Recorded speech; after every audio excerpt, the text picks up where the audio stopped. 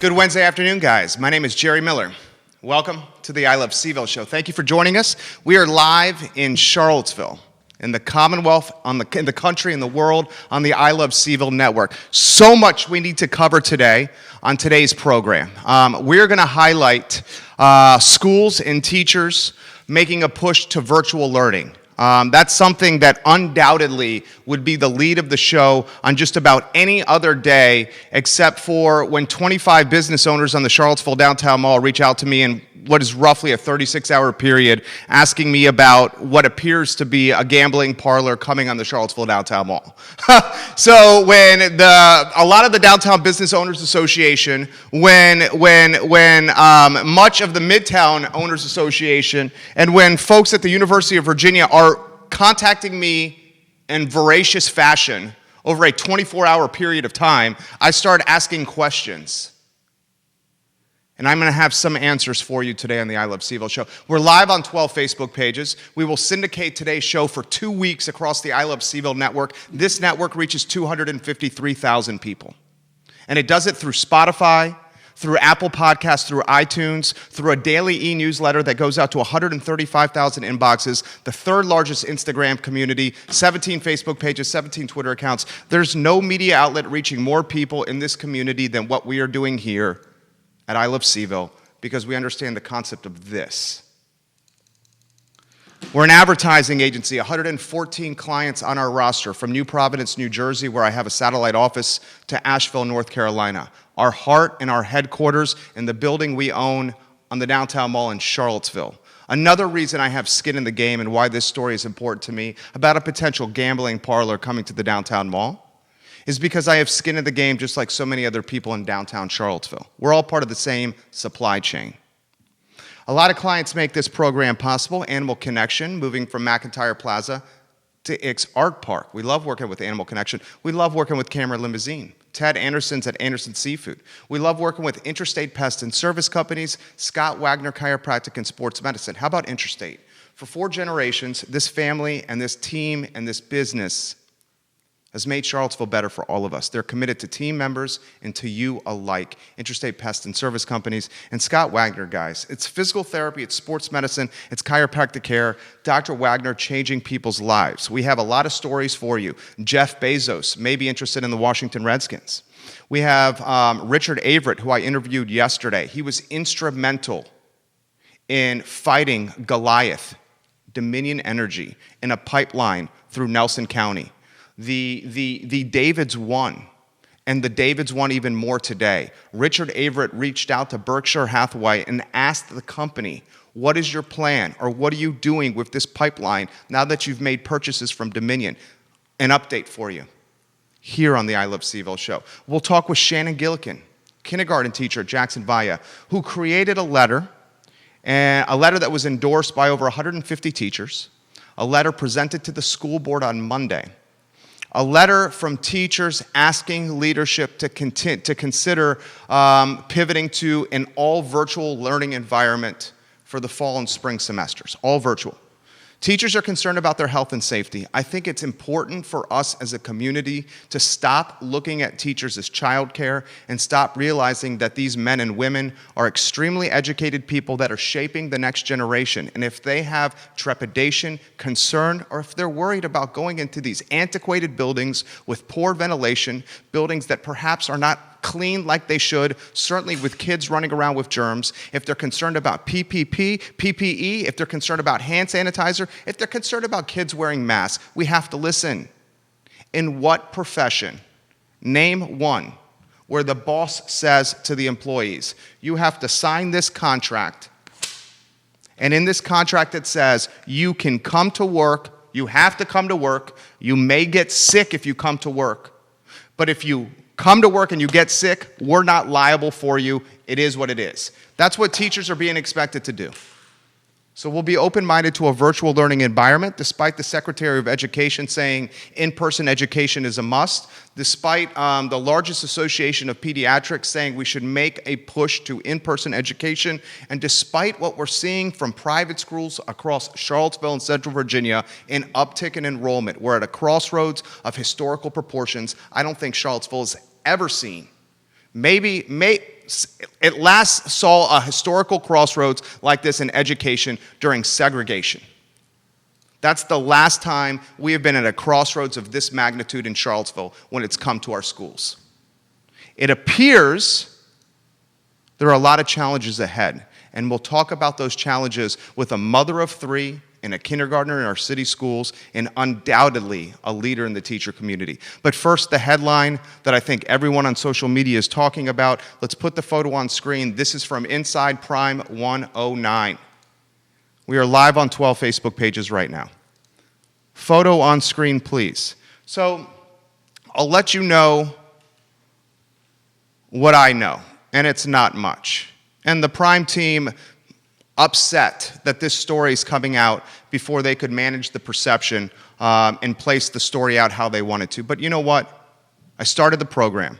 I get bombarded with phone calls from the Downtown Business Owners Association and from landlords in downtown Charlottesville and from folks at UVA and even merchants in the Midtown Association. And they said, this needs to be brought to people's attention. No one's talking about it. I reach out to my contacts in City Hall. No one in City Hall knows this. Is a gambling parlor coming to the downtown mall? Well, I can give you what I do know. These are slot machines. The expectation of poker tables, of blackjack tables, of craps tables, of roulette, and other games of strategy, we'll call them, games of chance, that's not going to happen here. But you can't do that in Virginia. These are machines that are legally allowed because of a piece of language, legislation. These are the same machines you see in gas stations. Have you been to a gas station and you've seen at a gas station a machine in the corner and you have a couple of guys sitting on a chair for a couple of hours playing these machines? That's what these are. That's what these are. Castle Hill Entertainment behind this. Castle Hill Entertainment has a lot of ducats, has a lot of dinero. The opportunity to put these machines in restaurants expired, I believe, on June 30th and July 1st. June 30th, July 1st. This was snuck in right before the expiration. I'm going to cut to the chase. The fine dining environment in any city in America, the sit-down fine dining environment, is not good. Furthermore, the white tablecloth environment, where you're sitting down at a white tablecloth in a very nice situation, that's even worse than the fine dining. The business model of $150 a head tickets and expensive steaks and lounging around drinking and eating for hours, that business model was precarious at best pre-COVID. You had another steakhouse pre-COVID on the downtown mall and the downtown grill. You had a location in the Bank of America building that had astronomical rent. Hunter Craig, the owner of that building, the dude's going to charge an arm and a leg for his property. He owns a large chunk of the corner as well. And Hunter Craig should charge an arm and a leg for his property. The dude's got phenomenal real estate. The Bank of America building was beautiful. You had a build-out in Prime 109 that, to say it went past the budget is an understatement. It shattered the budget. It broke the budget. It hemorrhaged the budget. You have a downtown setting in the Charlottesville downtown mall, the city of Charlottesville in Albemarle County, that, let's cut to the chase, it's way too saturated here with restaurants. There are too many restaurants in this town. And if you're not understanding that, you're not understanding basic economics. There are way too many freaking restaurants in this town. So even before COVID-19 hit, you had a hell of a lot of things working against the concept of $75 a night per person, $100 per person type of ticket. This was a tough sledding type of business model already, and then COVID-19 hit. So here's what you have. And I would expect you'll have response and reaction from Prime. You should. Here's what you have. You have a business model that was struggling before COVID-19 hit. You have rent that's astronomical, over $20,000. You have a fine dining environment that's, to say fine dining is dead is probably an understatement, at least for a little while. And you have entrepreneurs and businessmen that are behind this brand, also own Lampo, that have shown the ability and the willingness to take chances and pivot their model. A good example is Lampo's opening a second location in the Ix Art Park. The ownership of Lampo is the ownership of Prime 109. Lampo's a fabulous restaurant. Freaking love Lampo. One of the best pizzas out there. Love Lampo. Love the guys behind this. I understand I may have irritated you, but such is life. Such is life. So you have an ownership team that is willing to innovate. I mean, opening another Lampo within a mile and a half or a mile of your first Lampo is a ballsy maneuver. So you're willing to take chances. These guys are thinking, look, the opportunity for Prime 109 to continue on the downtown mall, we see Downtown Grill closing. We see the mall is a freaking ghost town. We see people are afraid to eat inside. We see people want to eat outside. Prime don't have outside seating. We see people want to eat outside. We can't offer that. We see people don't want to lounge around in a dining room for hours upon end because of their concern of their safety. That's what our model is the experience. The experience in restaurants, the restaurant experience, it's completely different now. It's completely different now. And it's unfortunately not that. So Castle Hill Entertainment behind it. You got some machines that you see in gas stations. You have machines now stuck in rows, lined up in rows, in a former bank building on the downtown mall of Charlottesville. The bank building, arguably one of the most iconic buildings on the Charlottesville downtown mall, the Bank of America building. And you have entrepreneurs that are pivoting their model, that are looking to survive in a Darwinistic COVID-19 landscape. Do what you got to do is a mindset that everybody has to have. Now, what's the fallout? What's the ramifications? What do we do now? I had a conversation with a Charlottesville City Councilor moments before this show. Charlottesville City Council has no idea about this. This is the first Charlottesville City Council is learning about a gambling parlor on the Charlottesville downtown mall. Slot machines lined up in a row. What do you call them? What do you call a bunch of slot machines lined up in a row in a room? Slot machine parlor? It's a gambling parlor, right? A bunch of slot machines lined up in a room is a gambling parlor. Am I mistaken with that moniker? I do not think I'm mistaken with that moniker. So here's the fallout. Let's talk strategy. I'm a cautious optimist. 12 years of being in business for myself, 5 different businesses, 20,000 square feet of commercial ownership under my belt, 27 tenants, a budding network, an advertising agency, and a team of folks. And one thing I've realized in hedging risk, one thing I've realized that the key to hedge risk strategically and intelligently is to see ahead of where things are going. So City Hall, this is what you need to do. Charlottesville City Hall, Dr. Richardson, Brian Wheeler. Hey, Brian Wheeler, you need to do this, Brian Wheeler. You guys need to get together right now in City Hall, and you need to figure out what the hell's going on at Prime, and you probably need to issue some kind of statement from City Hall about, we're aware this is going on, this is completely legal and above board. We're cool with it. Probably don't have any choice here, frankly, City Hall. But get ahead of it. Don't look like you have in so many other things in 2020, please. Downtown Business Owners Association, you've reached out to me left and right. Here's the plan, DBAC. We issue a press release to the media, DBAC, and we let the media know that this is going to be more of an upscale endeavor. It's not going to bring riffraff. It's not going to bring crime. It's not going to bring shadiness. It's an upscale endeavor. This is how this needs to be presented. Are you guys ready? This must be presented. And this is why you partner with people like me before you do stuff like this. Okay? You have 253,000 people on a platform. This is how this needs to be presented. This novel and innovative and new concept will bring a sense of vibrancy and positive energy and attention to the downtown mall during a time when these 8 blocks are ghost town-esque. So Lauren and Mitch and the restaurant group behind Prime 109 and Lampo are in fact doing the community a good thing by creating an innovative concept that's going to bring positive attention to the other merchants along the downtown mall. Now, folks, what that's called is managing perception. And that's what advertising agencies do. And there's none that does it better than us in Charlottesville, Virginia. Now, whether or not you believe that is a different story.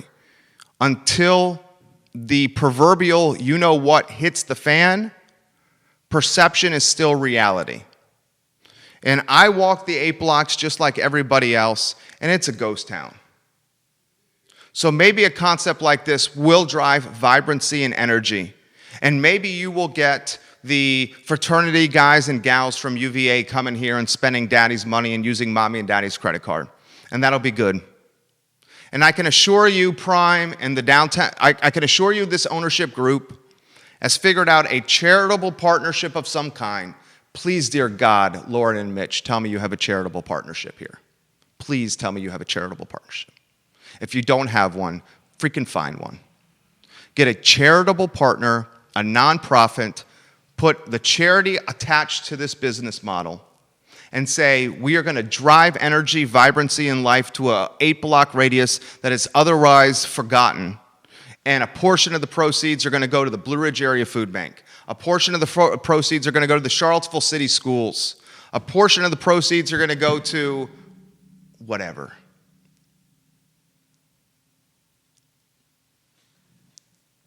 You'll see this story in the newspaper. You'll see this story in TV in the next 24 hours. I see NBC 29 watching right now. I see the CVille Weekly watching right now. I see the Daily Progress watching right now. And I see CBS 19 watching right now. Have the press release ready to go, fellas. It's time.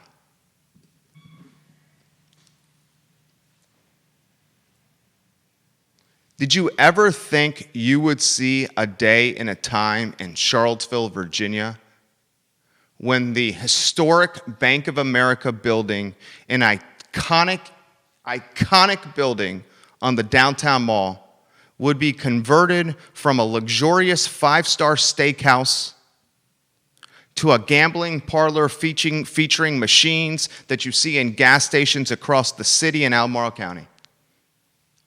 Did you ever think that would happen? Ladies and gentlemen, boys and girls, Charlottesvillians and Central Virginians, welcome to COVID-19.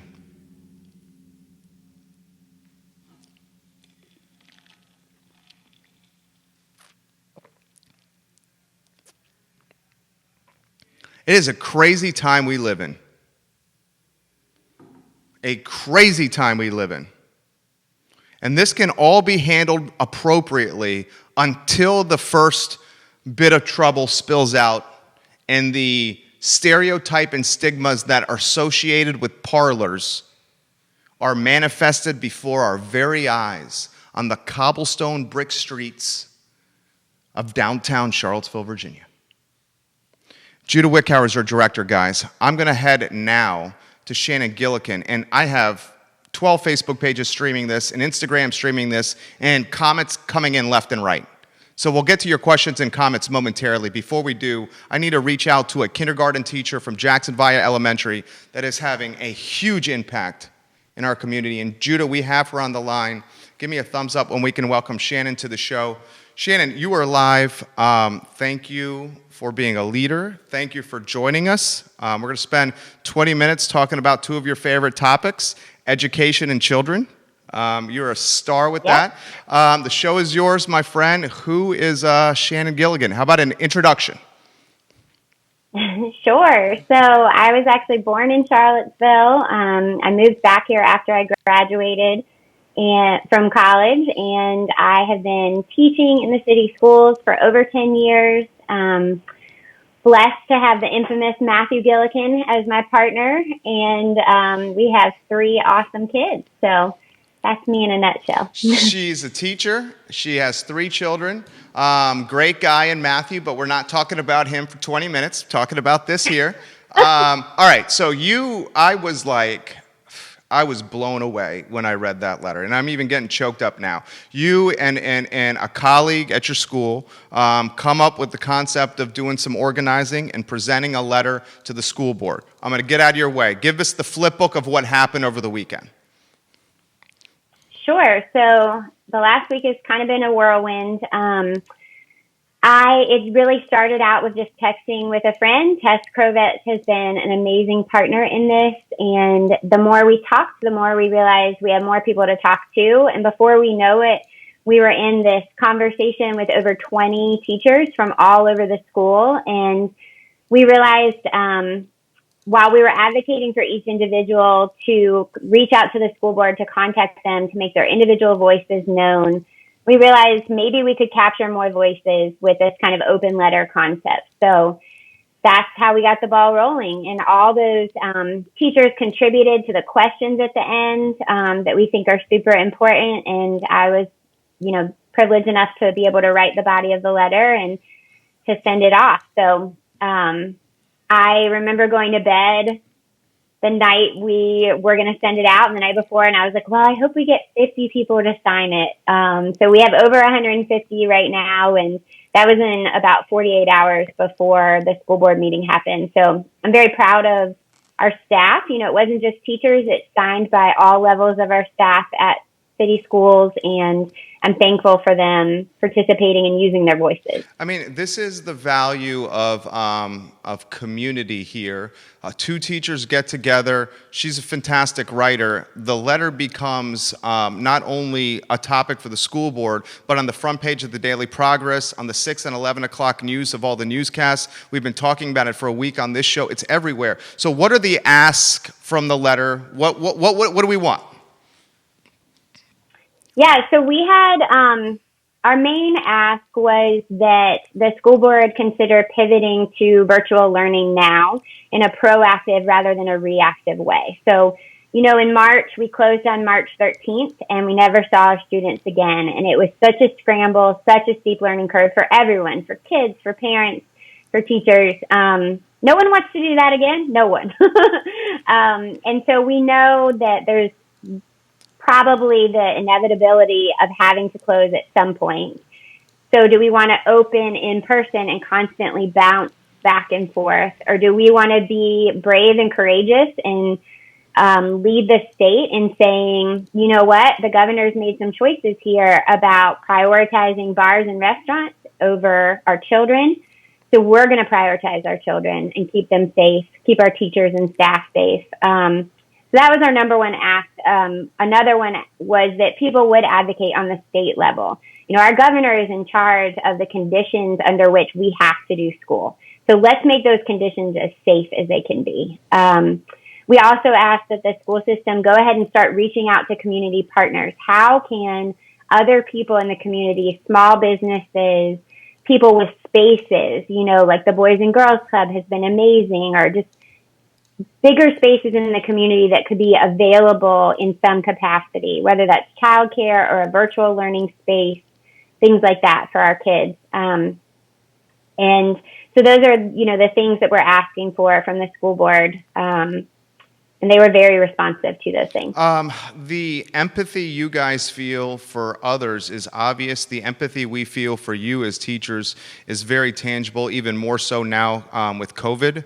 Undoubtedly, you guys are frontline, just like every other frontline that's exposed potentially.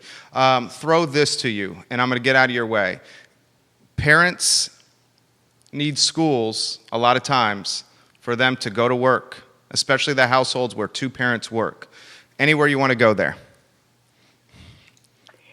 So I'm very aware of that. I'm a working parent. My husband is an essential worker at the hospital. He has never stopped working since this started, except for the 2 weeks that he was furloughed. So I am in that camp. I think it's a mistake to classify schools as childcare.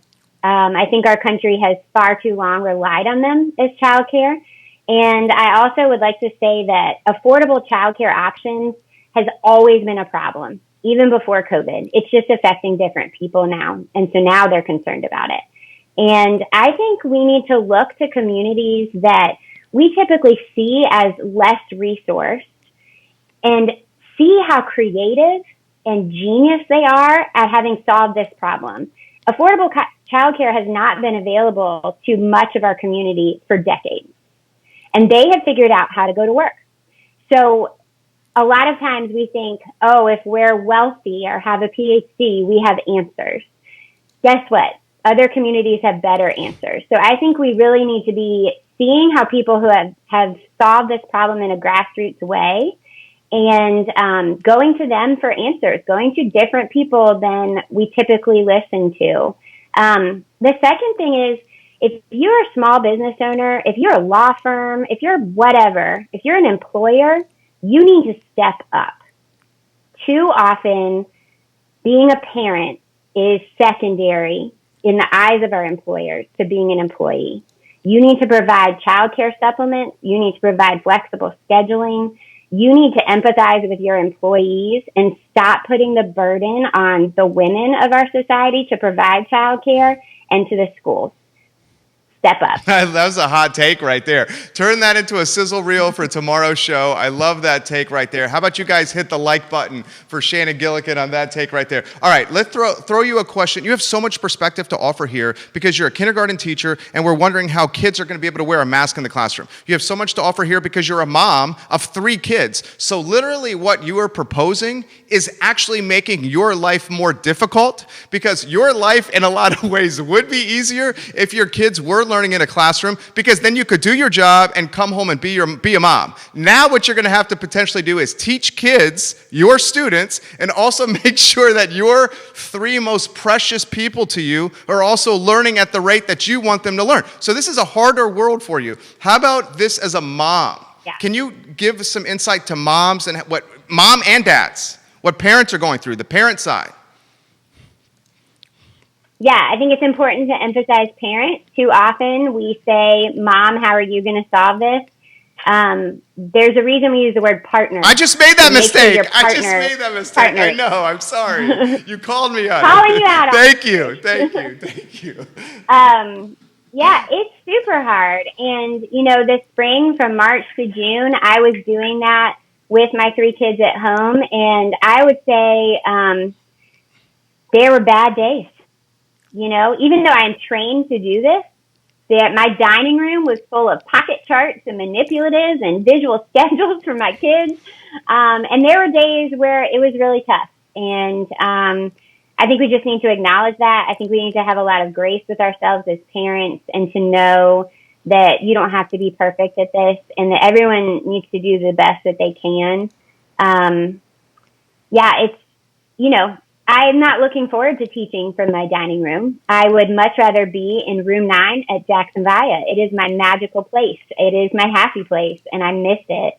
I don't think any teacher would rather be at home, but I think safety is paramount to everything in this situation. So, parents, I hear you. I'm one of you. I will say, Tess and I are reaching out to parents in a very strategic way, not on behalf of the city school system, but because we're teachers, we are planners, and we want to do better than we did in the spring. So we're gathering some structured feedback about virtual learning, what worked, what didn't, what was surprisingly good for your family. So if anyone would like to do like a 10 to 15 minute little interview with either of us, just get in touch, because we would love to hear from a broad base of our parents. How about some X's and O's here? If we can kind of get in like the playbook, how even are we expected to like reopen here? I mean, we're talking buses at limited capacity or lower capacity.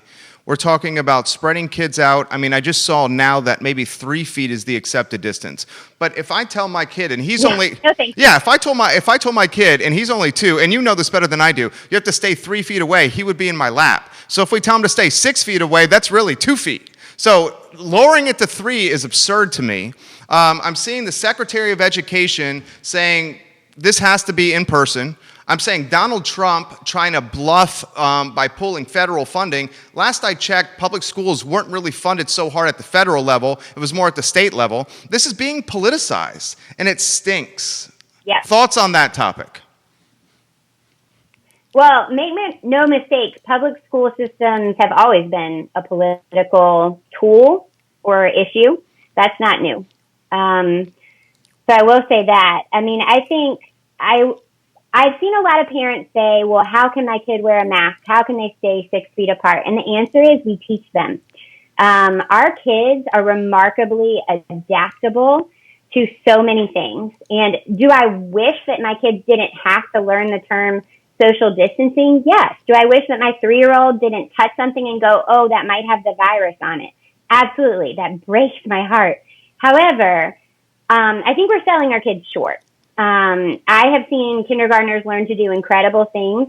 And also, my own kids are far better behaved at school than they are at home. So if I tell them to wear a mask at home and it's a no-go, that doesn't mean it'll be a no-go at school. I think we can make it fun even. We can teach our kids in creative ways. You know, just the other night, I was thinking about the idea of like a bubble check. So you're in the classroom with your kids and you just yell out, bubble check, make a bubble and turn and make sure they're not touching each other. That's not traumatic. It's just part of a routine. And that's the thing as a teacher is we're going to have to redo every routine that we have learned works. And that's a heavy lift. But it's one we're willing to do when it is safe to be in person. I think the 3 foot, 6 foot, all that mess is just, it is what it is. It's a mess.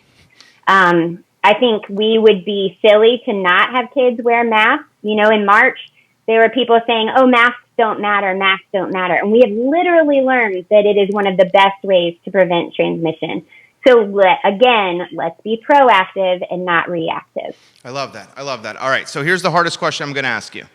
Hardest question in the middle of the interview. This is something that we've covered on this show. So we're seeing the private schools, they're moving forward with in-person enrollment. The private schools are, and I'm hearing from the parents about this, the private schools are not allowing the parents out of their contracts. The private schools understand that if they allow the parents out of the contracts, even if a few, it could create a snowball effect, and then a bunch more will want to get out of their contracts, and then the private schools, which we know are a business, will be in big time trouble. So the question I have for you, open-ended, go anywhere you want, what happens if we have a year of kids learning at private schools in person in a year of kids learning at public schools virtually at home? What could happen here? Jerry, you cut out for just a second, so can you repeat some of that for me? Sure. The question was, what happens if we have a year of kids learning in a private school setting in person and a year of kids learning in a public school setting virtually at home?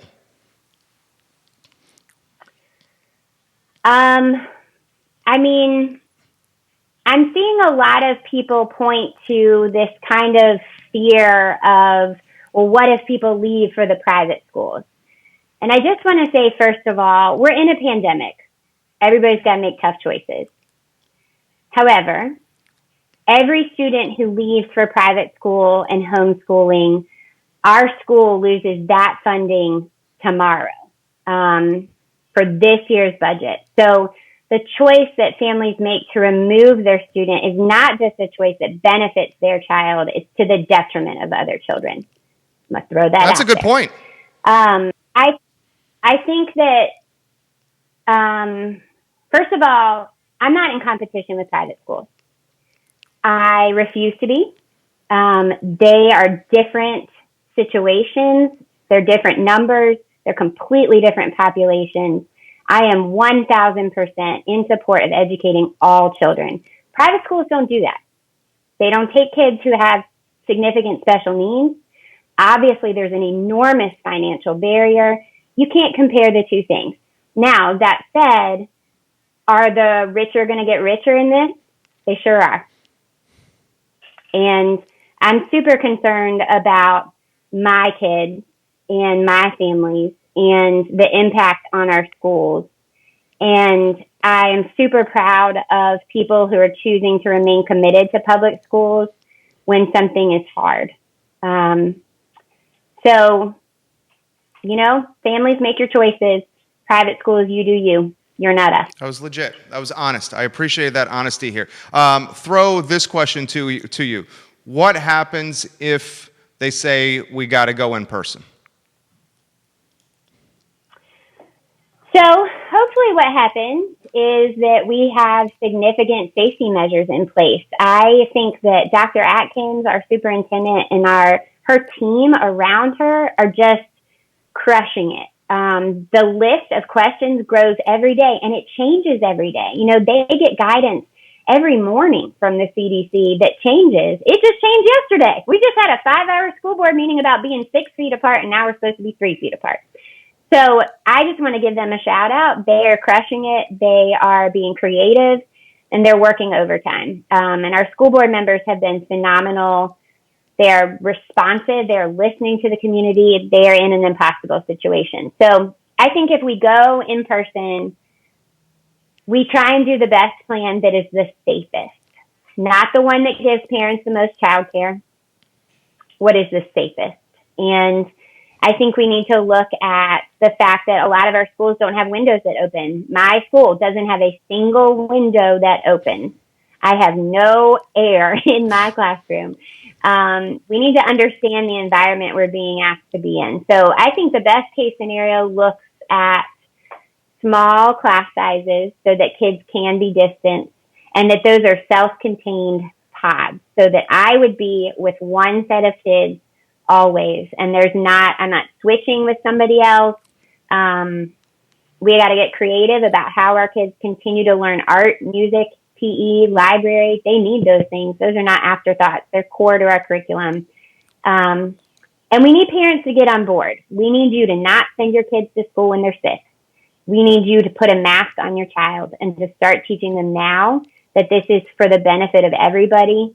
And we need community partners to come alongside us. As Jen McKeever said, you know, we're asking the school system to do a whole lot. So we need some other people to help bear the load. Well said. School board member Juan Diego Wade said, quote, "There is no right answer. And any decision we make, someone's going to be upset with us," and it's so right. I throw this topic to you, a couple more for you. If we go to an in-person setting, we're going to expect quite a bit from the parents at home, like you said. And I found this out yesterday because my special lady and our son went to the Pediatric Associates. And they were talking with Casey, the nurse practitioner over there, and the list for parents is out. This is what we help the classroom. A lot of that stuff is like PPE stuff already, like hand sanitizer stuff, Clorox. They can't even find that now. So I guess like the worry is like we're only as strong as our weakest link, meaning that like we have to know that kids are being safe at home and then going to the classroom. What will you want to see from the parents here to contributing to this environment and making it as strong as possible? Because they're going to have to probably contribute a lot financially here. Potentially. I mean, these are things we have always asked parents to buy, or that teachers buy. I can't tell you how much I spent on Clorox wipes last year. I have no idea. A lot. Those are things that schools have never provided. They are not in our budget. So my understanding is that the schools are sourcing a lot of those things kind of wholesale in ways that we can still get them, including masks, hand sanitizer, gloves, things like that. I think that there's going to be other smaller things in classrooms that are going to add up. You know, when I think about if I do have 2 groups of kids in my classroom, I'm going to need 2 separate sets of materials. I'm literally going to need caddies for each kid for 22 kids. Guess where that money comes from me. So I think that parents are going to need to listen to their individual teachers, and, you know, and I found parents to be nothing but generous. And if you ask, they try and get you things. I don't think it will be a financial burden for those families. And, you know, if you're a big time supplier, I don't know, Sam's Club, are you out there? You want to donate? Kroger, things like that. You know, we had distilleries and breweries making hand sanitizer. Hop to it. I love that. Have you, in the last last week, I've never seen the teachers in city schools be more organized and unified and together. I mean, is there any conversation at all about unionizing here? So Virginia is a non-union state, so we can participate in the National Education Association or the VEA or the CEA. So I definitely have seen people reach out to our local education association and start joining it, and I think that's super important. They have amazing voices. They are asking the same questions that I have been asking, and I've been a part of their conversations too. So I think that's great. I think being organized is super important, and I think it's also the first time I've seen teachers having courage to use their voices. You know, we are generally quiet public servants, and we're speaking out a little bit. And I think if we're not going to talk about anything right now, then we have no hope of speaking out. So. You crushed this interview. How about this? We're a message of, we're a platform of hope and positivity. You know, we're cautious optimists, but when it's all said and done, I Love CVille is about hope and positivity. And there's so much uncertainty out there and like vulnerability and fear. And you got a lot of folks watching. How about, and your whole interview was great. How about we close with a message of hope from you, Shannon? I think my message of hope is that when you're overwhelmed, find somebody who can help you through it, and that it's going to take everybody. So, yeah, that's all I got. You were great. I'm so grateful. Thank you. Thanks for having me. I appreciate it. Thank you, Shannon. You take care. All right, Shannon Gillikin. Bye. She's awesome. What a great interview. Guys, hit the like button for Shannon Gillikin. Hit the like button for Shannon. I'm going to reach out to Barbara Lundgren, the star of the Virginia Wedding and Event Showcase Now, Judah Wickhauer. Her show airs tomorrow at 10:15 a.m. on the I Love CVille Network. Barbara Lundgren from the Virginia Wedding and Event Showcase. Give me a thumbs up, J-Dubs. I am getting it from Judah. Barbara, you are live for Charlottesville and Central Virginia. How are you, my friend? Great. How are you? I'm doing well. What's good in your world? It's a beautiful day out at the farm again. I love it. Yep. I love it. What do you got planned for tomorrow, Barb? Well, you were expecting one thing, but you know that women's prerogative to change your mind? Yes. It's going to change up a little bit. Okay. First, we're going to have Caitlin Nemeth from Potter's Craft Cider. We're going to talk cider. Nice. And they have a beautiful new venue out there. Their tasting room is also a venue for some smaller weddings. And we want to get some pictures up on that, so we need to talk about that. And we're going to talk about some new things they have coming up, and talking about phase 2, phase 3. We have a lot going on with the health department right now. So we're changing up our conversation. I know, Jerry, you wanted to talk about the fireworks. I do. And we were expecting kind of a big announcement. Because of the vast generosity of this amazing community, we're not ready for that. Because people are still giving and we're still collecting. So we're going to put you off a little bit. I love Sorry it. about that. No problem. But okay, but it is going to be great news when we're ready to do it. And so Big Brother Ray is still coming on to talk about what's going on with weddings and events. He's told us before about a band group that he has a Zoom meeting every week on Wednesday nights. He's invited me to join in on that tonight. Wow. And we're going to have an amazing speaker who is Hannah from the Exchange Catering. Nice. Barbecue Exchange. And so I'm looking forward to that. I'm going to learn from that. And then Ray's going to come on tomorrow to talk about phase 3 developments. A lot going on with confusion with the health department regulations and things that are going on with venues and vendors, and everybody has lots of questions. So I'm working hard this afternoon to sort a lot of things out. So Ray Cadell tomorrow, Big Ray Yes. and the Cool Cats, fabulous guy here in the community. Barbara's the star of the Virginia Wedding and Event Showcase. It airs tomorrow at 10:15 a.m. here on the I Love CVille Network. We have some weddings that have happened since the last show, right? A few smaller ones. This weekend, we are tracking with Keswick Vineyards. They will be having a Friday wedding, and then on Saturday, King Family has their first larger wedding. So I'm staying in close contact with both of them to see what happens, and they're on top of it. So that's interesting. So this Saturday, the first big wedding at King Family. larger wedding, Yeah. yeah. Under phase 3. These are phase 3 weddings that are happening. So those are the ones I'm staying in touch I love with. it. So we're feeling better? How are we feeling in the industry?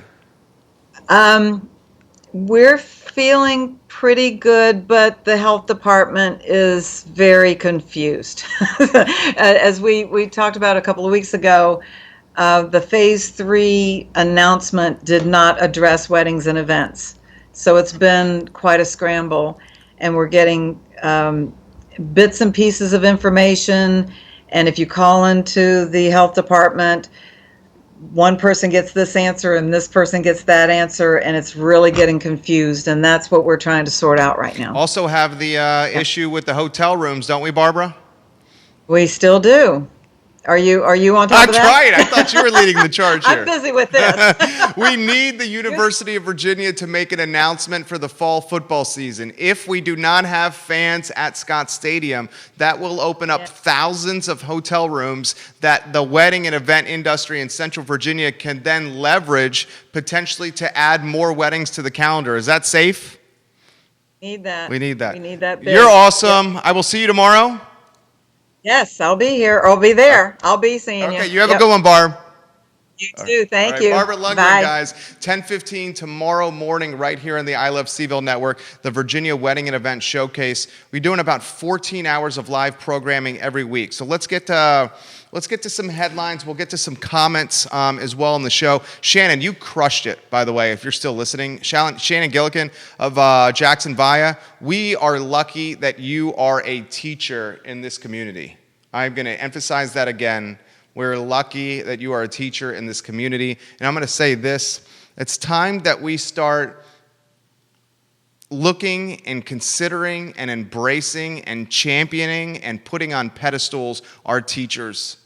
Not childcare, but as superheroes. Okay? Folks undoubtedly working on the front line, shaping the next generation. Let's champion them. Let's champion them.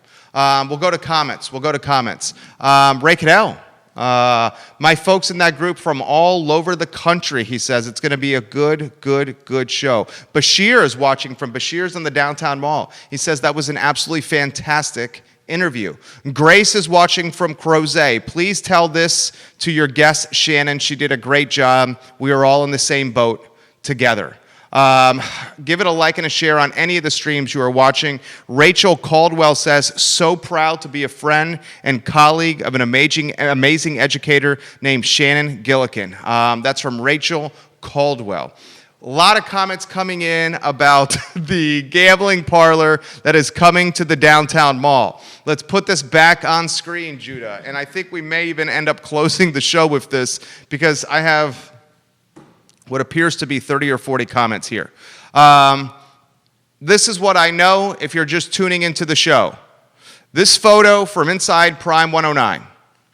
Prime 109 was struggling before COVID-19, and the future of white tablecloth, expensive fine dining in a COVID-19 ecosystem is zilch, zero, nada.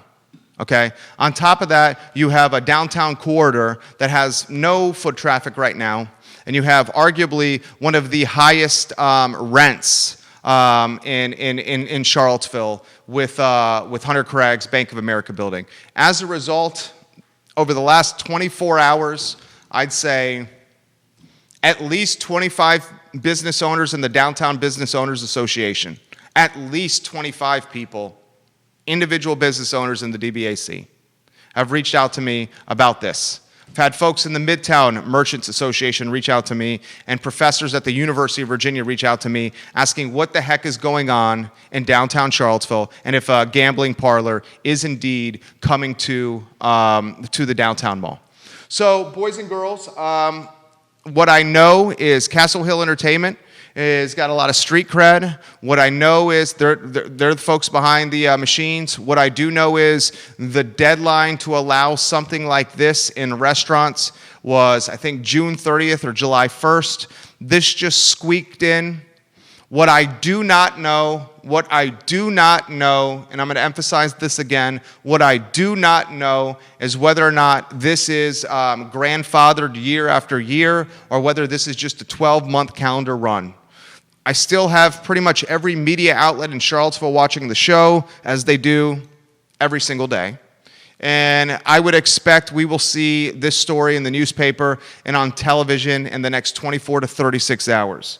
The Downtown Business Owners Association, I'm offering this strategic advice to them now. We need to get ahead of this, guys, and we need to issue a management of perception press release saying, look, this is going to bring energy, a new dynamic, and a palpable buzz to the downtown mall that is very much needed. Had a conversation with the city councilor this morning before the show. This particular city councilor had zero idea. And City Hall, zero idea.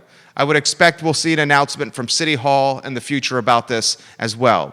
The strategy and the PR approach, this is literally what I do for a living, should be as follows. This is an innovative new idea that is going to bring energy and new foot traffic to the downtown mall that will drive incremental revenue and support for all merchants along these blocks in downtown Charlottesville. That's the PR strategy that must be leveraged. Lampo and Prime 109, I hope to God you have a charity associated with this gambling parlor. And if you don't, scramble and get one now. If you don't have a charity associated with this gambling parlor, you're not winning the PR game from the starting line. This could be managed in a way, time will tell, well, where maybe there's a cover charge as a barrier of entry.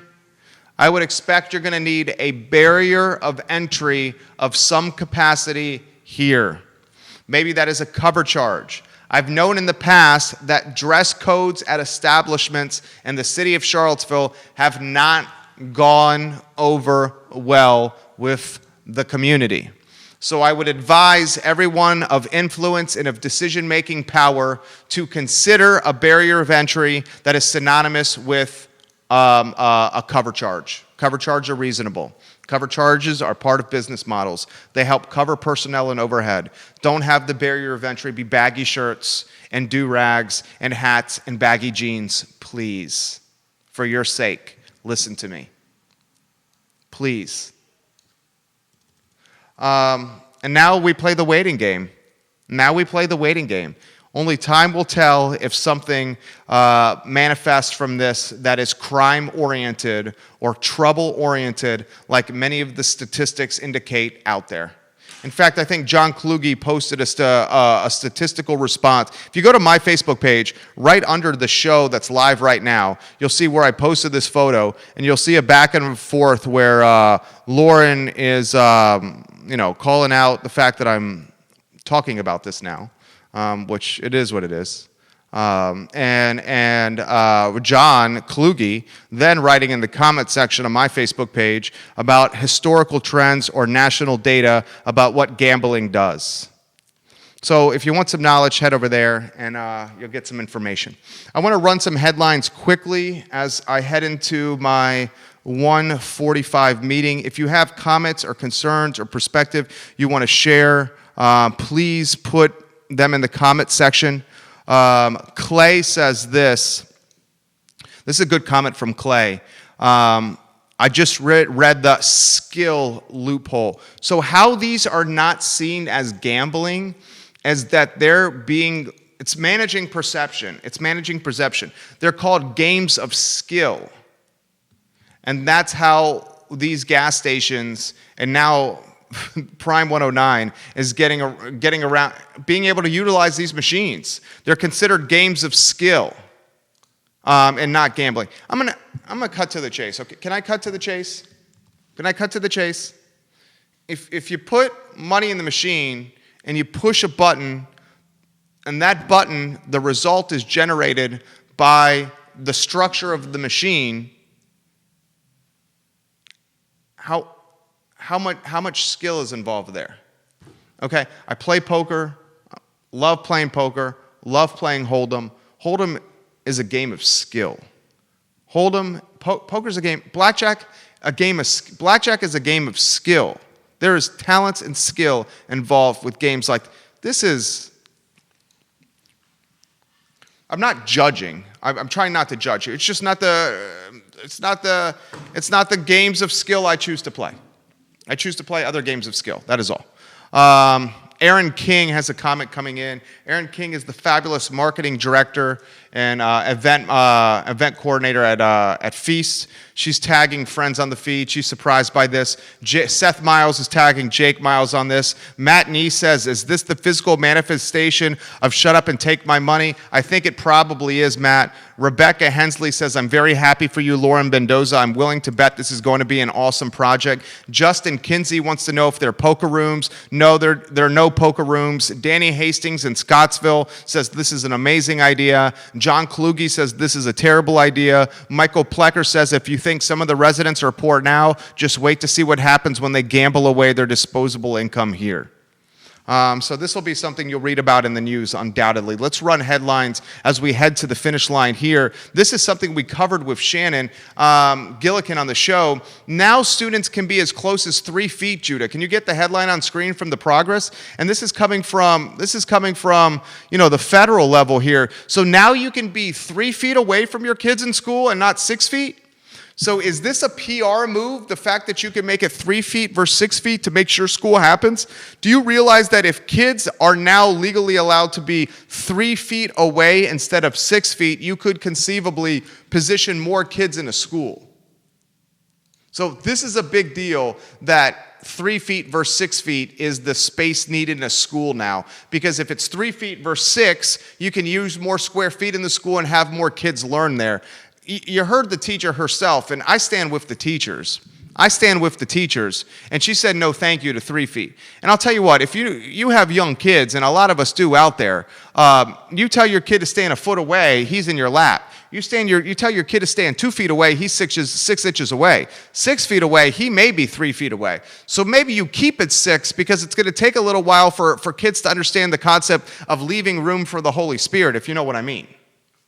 So I found that the unfortunate aspect of what's happening here is education is being politicized to a level we've never seen before. I can assure you from now until the presidential election, you're going to see both political parties leveraging the reopening of schools or the virtual learning at schools as part of their tenets and their platform. Book it, mark it down. Education will be leveraged until the November election. I promise you that. Stephanie Wells Rhodes writes this. I am so worried about my daughter, Corinne, going back to school with a new baby. Corinne's a teacher. Stephanie's Corinne's mom. Corinne is, I think today is her due date, right? So Stephanie's worried about her daughter and her grandbaby, her granddaughter. I would be too. This thing is just a mess. Just a mess. Next headline on screen, if you could. Richard Averett reached out to me. This is a big-time headline. Ladies and gentlemen, and get the Berkshire Hathaway headline on screen, if you could, Judah. Richard Averett, I'm mentioning this now. He joined us on the show yesterday. He says it in email, Jerry, if you need a source to reassure people that Berkshire Hathaway does not or did not purchase the Atlantic Coast Pipeline when it acquired the rest of Dominion Energy's natural gas transmissions and storage business, please point them to this page on Berkshire Hathaway's website. We will include the link, guys, in the package. In paragraph 3 describing the transaction, it says, quote, the agreement does not include acquisition of the Atlantic Coast Pipeline. So this will be on the I Love CVille story today on ilovecville.com. We'll put this on there. Berkshire Hathaway, Warren Buffett's company, he got Dominion's assets for pennies on the dollar. And in paragraph 3 of this link, it says, ladies and gentlemen, the agreement does not include acquisition of the Atlantic Coast Pipeline. If you're watching in Nelson County, if you're watching across the Mid-Atlantic, if you're watching in the Commonwealth in Charlottesville and Central Virginia into West Virginia, ladies and gentlemen, boys and girls, the Atlantic Coast Pipeline is over. You can celebrate. Pop the bubbly, get the Angel's Envy, get the 3-notch Minutemen ready to go. Go to the Barrel House and get a full Nelson. The Atlantic Coast Pipeline is done. Now, what does this mean for Nelson County and Charlottesville and Central Virginia? Write this down. You heard this here first. Write this down. The real estate values in Nelson County are going to spike. I learned from Keith Smith and Real Talk. We do a real estate on this show Tuesdays and Fridays at 10:15 a.m. on the I Love CVille Network. It's called Real Talk. It's powered by the Yes Team Realtors. Keith Smith, the distinguished gentleman, fabulous guy. He said, look, Nelson County already has fiber internet. Now that the Atlantic Coast Pipeline is hasta luego, so long, peace out, sayonara, bye, hit the road, Jack, the property values in Nelson County will go up. So if you're a real estate investor, if you're looking to get a first-time home, or if you're looking for a little bit of land because you're concerned of COVID and you want a little bit of breathing room from your neighbors, I would very much encourage you to look at Nelson County immediately, because I would bet you're looking at a 10% increase in the very near future with the Atlantic Coast Pipeline so long and peacing out. Just my take. Let's go to the next headline, please. This headline is one that I think it's worrisome. Put the Wegmans on there. I told you last week that Wegmans is closing its Charlottesville pub. Well, Wegmans announced yesterday that's closing all of its restaurants and its grocery stores. Wegmans is a privately owned family grocery store that is sitting on stacks and stacks and stacks and stacks and stacks of paper. And I know this because they mistakenly sold the I Love CVille trademark in their grocery store for 13 days. And I have the United States Patent and Trademark ownership of the I Heart CVille trademark. 13 days into it, our attorneys contacted them. Bing, bam, boom, they wrote us a 6-figure check, and it was nothing for them. Nothing for them. They're closing all their restaurants and all their grocery stores. I'm going to throw this out there. I think over the next period of time, maybe you call it 12 to 24 months, as people don't have much consumer confidence to dine in a restaurant dining room inside a restaurant, I think the restaurateurs and the restaurant operators that are going to be successful are the ones who pivot their models to cater to an 18 to 30-year-old demographic that is more egotistical, more narcissistic, more into living in the moment, and stupid dumb when it comes to being afraid of COVID. The folks that are going to patronize restaurants in the next 12 to 24 months are this 18 to 30 demographic where they have this Teflon sense of invincibility. The restaurant operators that are coming out of here, that are going to come out of this successful, for my opinion, are the ones that pivot their models and cater to an 18 to 30-year-old, because those are the ones that are going to be patronizing these businesses. And when Wegmans closes its restaurants and its dining rooms, that's worrisome. That's worrisome. How about the headline from NBC Sports very quickly, and then I'll dot the I's and cross the T's. Jeff Bezos, his name is being floated around as a potential new owner of the Washington Redskins. And boys and girls, may we see not the Washington Redskins, but Washington Prime, tying in his Amazon business to the franchise. The Washington Primes. Could we see that? Who knows?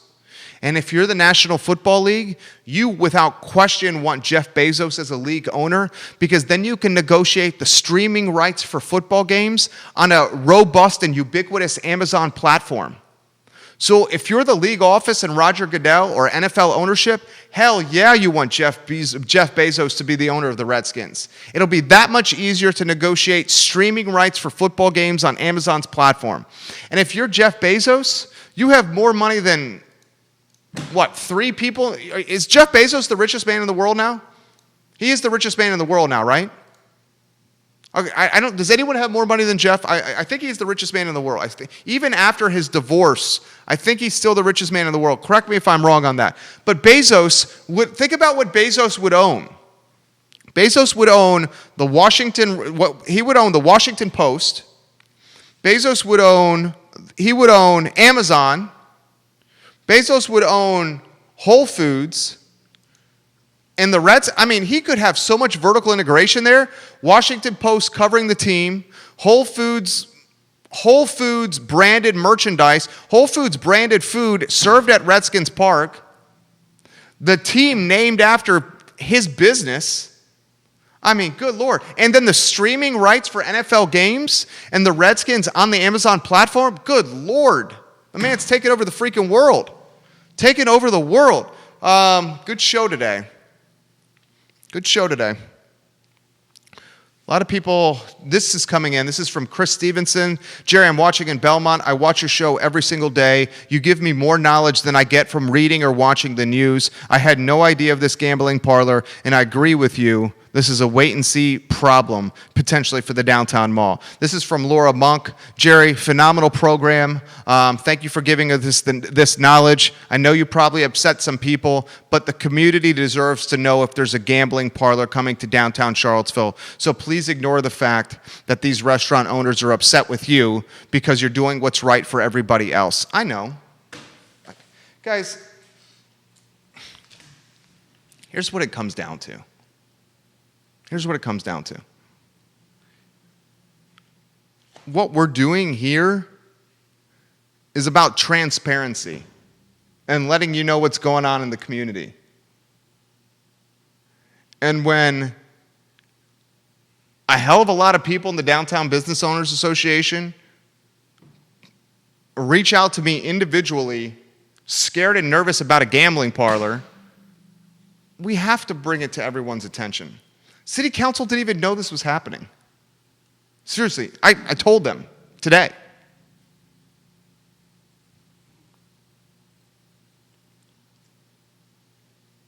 Let's just say, for now, as cautious optimists, that this will build and create and develop palpable, positive buzz and energy for downtown Charlottesville, an 8-block corridor that needs it more than ever.